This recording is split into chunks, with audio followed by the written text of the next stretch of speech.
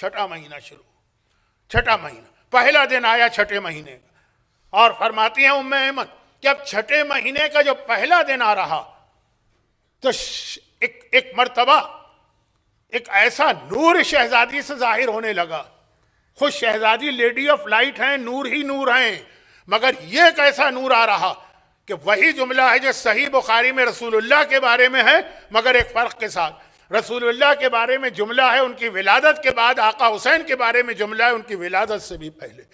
چھٹے مہینے کا پہلا دن آیا، ایسا نور ظاہر ہو گیا کہ ہمیں اب اپنے گھر میں چراغ جلانے، لائٹ جلانے، روشنی کرنے کی ضرورت نہیں تھی. رات کے اندھیرے میں اس نور سے ہر چیز ہم کو نظر آتی تھی اور ہم دیکھ رہے تھے، یہاں تک کہ پورا ایک مہینہ اس طرح گزرا.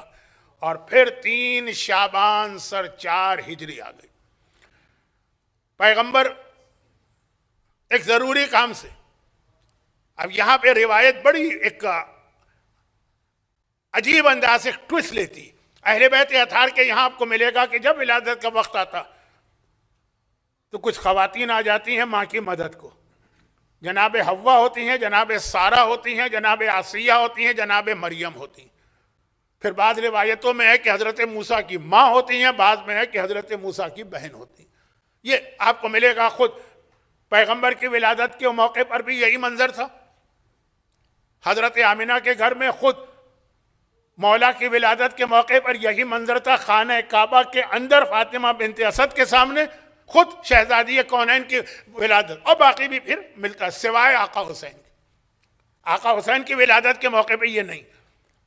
پیغمبر فرما گئے کہ بیٹی میں جا رہا ہوں، جب میں آؤں گا، اب وہ روایت میں نہیں پڑھ رہا ہوں، لمبی روایت ہو جائے گی. خلاصہ یہ کہ ام ایمن کہتی کہ اللہ کے رسول گئے، کہنے لگے کہ بیٹی فاطمہ آج کی رات کے بیٹا دنیا میں آنے والا.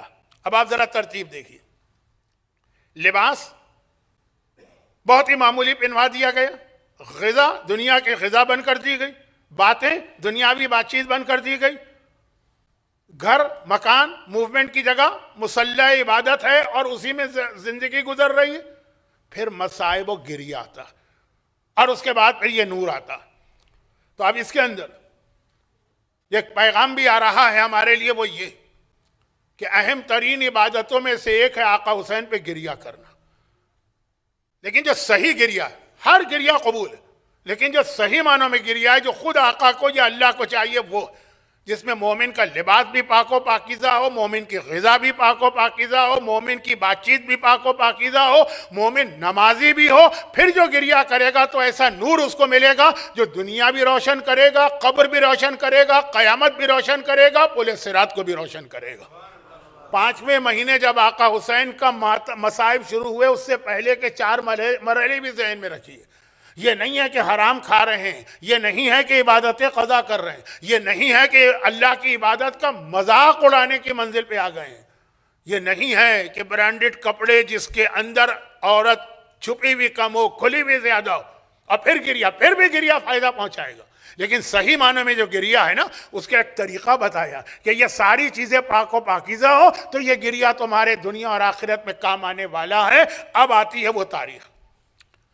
اگرچہ صرف ایک لفظ ایسا ہے اس روایت کا جسے میں سمجھانا چاہ رہا تھا. اب آتی ہے وہ تاریخ، کون سی؟ 2 شعبان ختم ہوئی اور 3 شعبان کی رات آ گئی. اس رات کو خود ام ایمن ہی کی روایت چل رہی ہے، وہی ایک روایت کہا جب 6 مہینے پورے ہو گئے، چھٹے مہینے کا آخری دن تھا. 7واں مہینہ شروع نہیں ہوا، چھٹے کا آخری دن. تو اس وقت شہزادی کے حجرے میں جناب ام سلمہ بھی آئی ہوئی تھی، اور اس وقت جناب صفیہ بھی آئی ہوئی تھی، رسول خدا کی پھوپھی. بہت اہم پھوپھی ہیں، لیکن خیر میں تو ذرا زیادہ تفصیل میں چلا گیا، جلدی سے سمیٹوں. اور ہم لوگ گھر میں تھے. پھر رات آئی، ہم نے کھانا کھایا، نماز پڑھی جو ظہر ہے، پھر جو رات کی ہے، پھر سو گئے. نماز شب کے لیے آدھی رات کے بعد اٹھنے کا حکم ہے.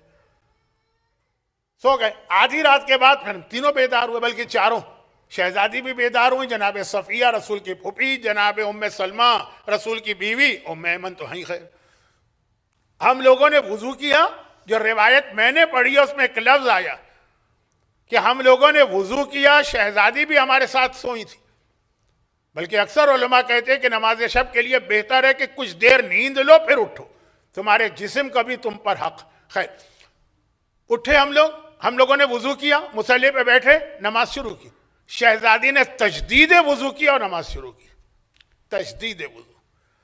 آقا حسن کے حوالے سے ایک جملہ آتا ہے، لیکن آقا حسن والے جو جملہ ہے، میں توہین نہیں کر رہا ہوں، آقا حسن والا جو جملہ ہے نا، وہ ایک عام عورت کے لیے بھی مرحلہ پیش آ سکتا۔ آقا حسین کے لیے لفظ تجدید وضو، کیا اس میں کیا یہ لفظ آقا حسن کے لیے ایک جملہ بعض کتابوں میں اس کی تفصیل میں نہیں جانا چاہتا، وقت میرے ہاتھ سے پھسل کے نکل رہا۔ آقا حسن کے لیے جملہ یہ ہے کہ آقا حسن کی ولادت روزے کے عالم میں ہوئی تھی، 15واں روزہ تھا، 15 رمضان تھی، شہزادی روزے سے تھی، روزے کے عالم میں آقا حسن اس دنیا میں تشریف لائے تھے، شہزادی کا روزہ بھی برقرار رہا اور پھر شہزادی نے اسی حالت میں نماز بھی پڑھی۔ ویسے عام طور پہ یہ ہوتا ہے کہ بچے کی ڈیلیوری کے بعد عورت جو ہے وہ کچھ عرصے کے لیے جو ہے وہ نجس ہو جاتی ہے، تو اگر روزہ ہے تو ٹوٹ گیا اور نمازیں ہیں تو ساقط ہو گئیں، تفصیلی مسئلہ نہیں، لیکن ایک عام عورت کے لیے بھی یہ امکان ہے شریعت کے اندر کہ وہ روزے کے عالم میں اس کی ڈیلیوری ہو، نجاست وہ نہ دیکھے تو اس کا روزہ بھی چلے گا، اس کی نماز بھی۔ لیکن آقا حسین کے لیے لفظ ہے تجدید وضو۔ یہ وہ لفظ ہے جو آپ مولا اور رسول کے حوالے سے غسل میں سنتے ہیں، وہ شہزادی کے لیے وضو میں آئے۔ تجدید وضو کسے کہتے ہیں؟ تجدید وضو اور وضو دونوں میں فرق کیا ہے؟ ایک ہوتا ہے آپ کا وضو ٹوٹ گیا اور آپ وضو کریں، سونے سے وضو ٹوٹ جاتا ہے، سب کا اتفاق، آپ وضو کریں۔ اور ایک ہے کہ آپ کا وضو ہو اور پھر آپ ایک اور وضو کریں، نور علی نور حدیث ہے نا، وضو پر وضو کرنا تجدید وضو ہے۔ پرانا وضو ٹوٹا نہیں ہے، وہ ہے، پھر بھی آپ ثواب کے لیے دوسرا وضو کر رہے ہیں، یہ غسل میں نہیں چلتا، یاد رکھیے، الگ مسئلہ۔ شہزادی بھی سب کے ساتھ سوئیں، لیکن جناب ام سلمہ اور صفیہ نیند سے اٹھی تو انہوں نے وضو کیا، کیونکہ مغرب کی نماز کا وضو ٹوٹ گیا تھا سونے سے۔ شہزادی بھی سوئیں، لیکن شہزادی سوئیں، اس کے باوجود شہزادی کا وضو نہیں ٹوٹا، وضو باقی تھا، شہزادی نے تجدید وضو کیا ہے۔ یہ وہ آیت تطہیر والے ہیں کہ پیغمبر نے کہا میں اور علی مسجد میں اس حالت میں بھی آ سکتے ہیں جب عام لوگوں پہ غسل واجب ہوتا ہے۔ فاطمہ نے بتایا جس سے تمہارا وضو ٹوٹ جاتا ہے ان سے ہمارا وضو نہیں ٹوٹا کرتا ہے۔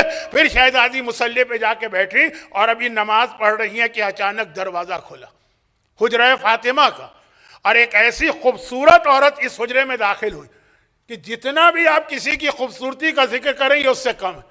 اور وہ آنے کے بعد ایک مرتبہ پورا حجرہ نور سے بھر گیا، اور آنے کے بعد کہتی ہے السلام علیک یا بنت خاتم الانبیاء، اے آخری نبی کی بیٹی، آپ کو ہمارا سلام ہو، آپ کو سلام ہو، السلام علیک یا سیدۃ النساء، اے تمام عورتوں کی سردار آپ کو سلام ہو، انا لعبۃ الحور من حوراء الجنہ، مجھے اللہ نے جنت سے بھیجا ہے، میں جنت کی ایک خاص حور ہوں جو اس وقت آپ کے پاس آئی ہوں تاکہ حسین کی دنیا میں آنے میں آپ کی مدد کروں۔ سارہ نہیں آئیں، آسیہ نہیں آئیں، مریم نہیں آئیں، جناب حوا نہیں آئیں، ایک خاص حور جو اللہ نے پہلے دن سے بنائی ہے وہ آتی ہیں۔ جناب صفیہ، جناب ام سلمہ اس کو دیکھ کے گھبرا گئی، نور کی چادر گری، جب چادر ہٹی تو اس کے بعد آقا حسین نظر آئے۔ یہاں بھی ایک فرق آپ کو ملے گا، ہر امام نے پیدا ہوتے ہی سجدہ کیا ہے، سجدہ سجدہ، ہر امام کی نشانی ہے، پیدا ہوتے ہی سجدہ کیا ہے، اور یہ جملہ کہا ہے جو آقا نے کہا، مگر ایک فرق کے ساتھ،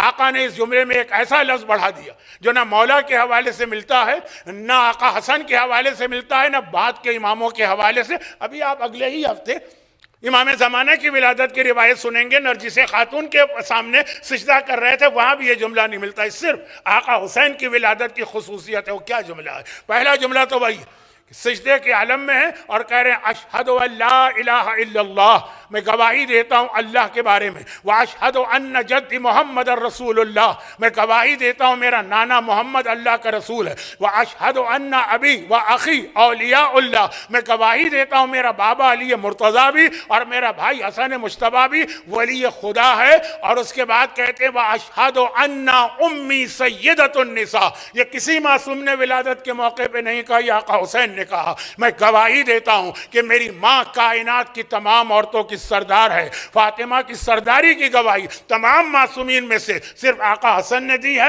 پیدا ہوتے ہی دی ہے۔ اور روایت یہ ہے کہ اس کے بعد یہ شہزادہ آقا لوبا نے اٹھا کے شہزادی فاطمہ کی گود میں دیا. بہت دلچسپ باتیں اس کے بعد کی ہیں, چھوڑ رہا ہوں اس لیے کہ مجھے کچھ میسج بھی آپ تک پہنچانا ہے. حسین دنیا میں آ گئے. دنیا میں حسین کے آتے ہی اگلے دن پوری مسجد نبوی میں ایک تہلکہ مچ گیا. کیوں؟ لوگوں کو ایک دوسرے سے باتیں کرتے آپ سنیں گے, آج کیا ہو گیا؟ ایسا لگ رہا ہے رسول خدا بھول گئے. رسول خدا کے بھول کے حوالے سے کئی روایتیں عالم اسلام میں ہیں. بھول کیوں گئے؟ کہ رسول خدا نے ظہر کی نماز پڑھائی ہمیشہ 2 رکعت تھی, آج 4 رکعت پڑھا دی. آگے ایک ظالم شرابی حکمران کے بارے میں آپ سنیں گے, فجر کی نماز 2 کی 4 پڑھائی. لیکن آج مسجد میں عصر کی نماز ہوئی, لوگوں نے پھر ایک دوسرے کو دیکھا, یہ کیا ہو گیا؟ یہ 2 رکعت کے بدلے رسول نے 4 رکعت نماز پڑھا دی. مغرب کی نماز 2 کے بدلے 3 پڑھا دی. بھئی ذرا سا بھی طریقے سے ہٹ کے عبادت ہو تو لوگ ذرا سے چونک جاتے ہیں.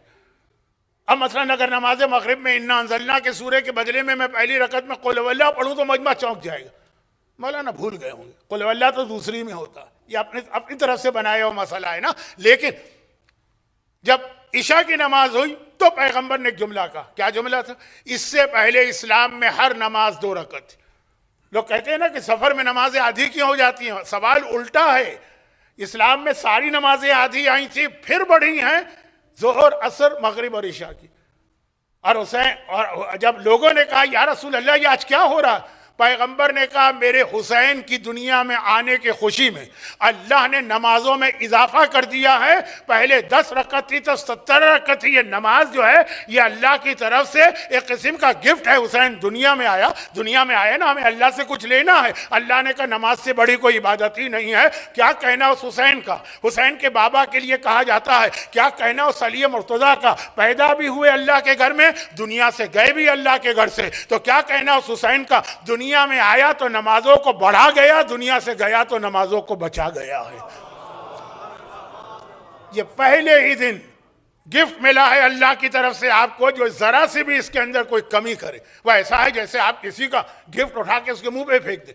خداوندہ نہیں چاہیے ہمیں یہ گفٹ,